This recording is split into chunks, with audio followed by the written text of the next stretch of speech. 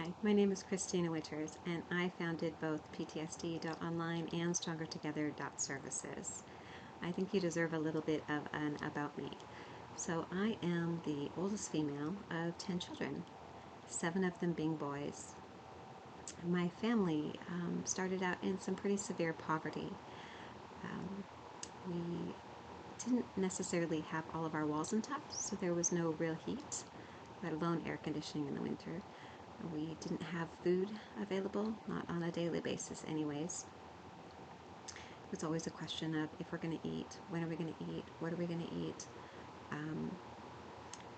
Electric was on and off, depending on if the bill could get paid. Plumbing was a real issue. The pipes had frozen one year, so since we couldn't afford a plumber, the garden hose was extended from the ceiling, and the only line that worked was from the hot water tank. So if nobody was using water long enough, we had only hot water, and if the hot water had been used up, it was only cold water. So it was kind of back and forth. We did have a bathtub set up, but the rule was youngest first. So we all shared the same bath water, going from the youngest all the way up. And since I was one of the olders, you can imagine, by the time I got there, the water was dirty and cold. Since the plumbing didn't always work, then when the hot water was used to flush the toilet, it cracked the toilet. So we didn't always have a toilet either. Pretty rough upbringing for someone who was raised in America. I was molested for several years by the neighborhood pedophile. My first rape was at the age of 6 by knife point. Somebody broke into the house since it wasn't necessarily a secure structure. More rapes after that. Extreme physical violence in the house. I had been kept out of school on multiple occasions because I was so covered in bruises and so damaged that my parents were afraid that it would get reported. So, pretty rough start. By the time I was 13, I couldn't take it, and I left. I was called in as a runaway, but when the police showed up, I had too many bruises. They said that they couldn't take me back. They couldn't force me back into a violent home.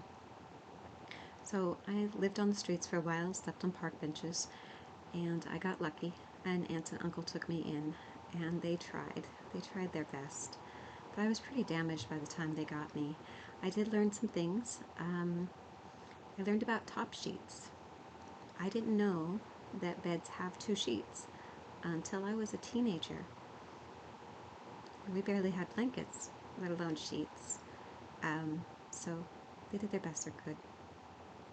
And I had several years of trying to figure things out, trying to adjust, as you will. Eventually I ended up in domestic violence. Not fun. Anyone who's ever been there knows it's not fun. But in the process of trying to get out, he had me pinned down again, and I defended myself. The doctor had told me earlier that same day that if he hit me one more time, it would probably kill me.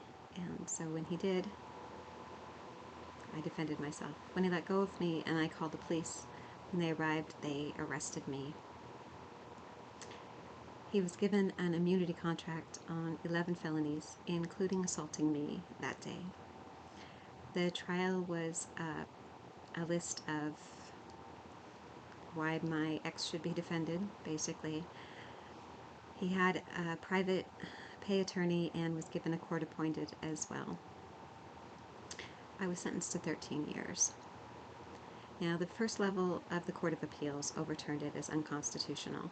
The argument at trial was that I knew leaving an abusive man would upset him. Therefore, I started the fight. The problem was the justice system isn't really set up that great. So even though I wasn't a felon and I didn't have any charges pending, they left me in prison for years. It took a court clerk to assign me a court date outside of prison to finally get me out of there. But even then, when I was brought back to the county jail, they just hauled me back and forth into court. Nobody knew why I was there. I had no charges pending. I had no convictions. I had no anything. I was just kept in jail. And as a matter of fact, they threw me in solitary confinement too Finally, I was let out of solitary, put in general pop, and then just one day, over the overhead, a guard said, "Roll up." Just like that. Years and years of incarceration, all kinds of things, and then cha-chunk, just dropped on the other side of the door. No ID, no money, no home. Years of my life gone. And that was it. Start all over again. Only now with more baggage. So I was pretty messed up between childhood and the justice system. Had some pretty severe PTSD, nightmares, terrors. I did the best I could, acclimated back into society. I went back to school. I have a paralegal, bachelor's in justice, and a mediation degree. I am currently, at this particular second, back in school, have been accepted into graduate studies. So through the years, I sought help on numerous occasions, and I found that the best help is meeting, talking to, and being around other people that have suffered through the similar traumas. When I have gotten assistance professionally, they all recommend group therapy. They all do their best to throw you in group therapy. They want you to talk about these things, but you need to talk about them with people that are strong enough to handle them. There's a misconception about what strength is. Strength isn't turning your back and ignoring all of the bad in life. Strength is being able to face it head on.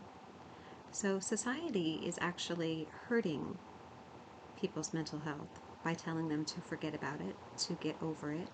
There was a John Oliver, he said, mental health is buck up, buttercup. That's not helpful. Trying to forget, it just shows up in your nightmares. Amygdala hijackings, look it up. The more and more you suppress traumas, the more they're going to bite you in the butt.